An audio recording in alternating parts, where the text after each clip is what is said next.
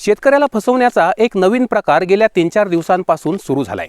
व्हॉट्सॲपवरती मेसेज येत आहेत की शेतकऱ्यांनी लवकरात लवकर फार्मर आयडी कार्ड काढून घ्यावेत, अन्यथा त्यांना पीएम किसान सन्मान निधी योजनेचा 19वा हप्ता 2000 रुपये मिळणार नाहीत। तुम्हा सर्वांना ठाऊक आहे की 24 फेब्रुवारी रोजी पीएम किसान सन्मान निधी योजनेचं वाटप आहे 2000 रुपये शेतकऱ्यांच्या खात्यात येणार आहेत।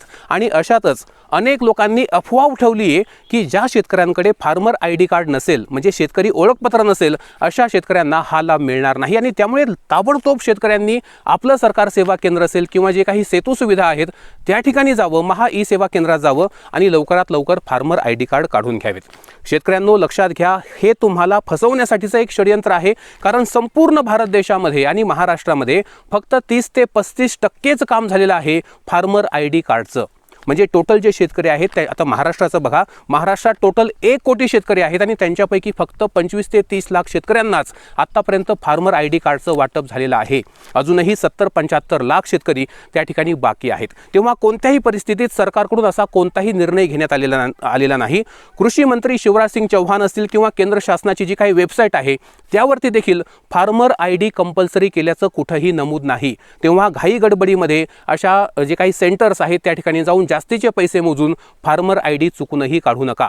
परंतु तुम्हाला जर 19वा हप्ता हवा असेल तर ई-केवायसी करणं मात्र गरजेचं आहे आणि त्यासाठी स्वतःचं आधार कार्ड घेऊन तुम्ही जवळपासच्या सेतू सुविधा केंद्रामध्ये, आपलं सरकार सेवा केंद्रामध्ये जा आणि त्या ठिकाणी आपण आपली केवायसी करून घ्या। आता केवायसी करणं गरजेचं का असतं बघा, मागच्या 4 महिन्यांपूर्वी 18वा हप्ता पीएम किसान सन्मानचा 18वा हप्ता सरकारनं वाटप केला 2000। आता या 4 महिन्यांच्या कालावधीमध्ये बऱ्याचशा शेतकऱ्यांनी स्वतःची शेतजमीन विकलेली असते, ते शेतकरी या कॅटेगरीतून बाहेर पडतात।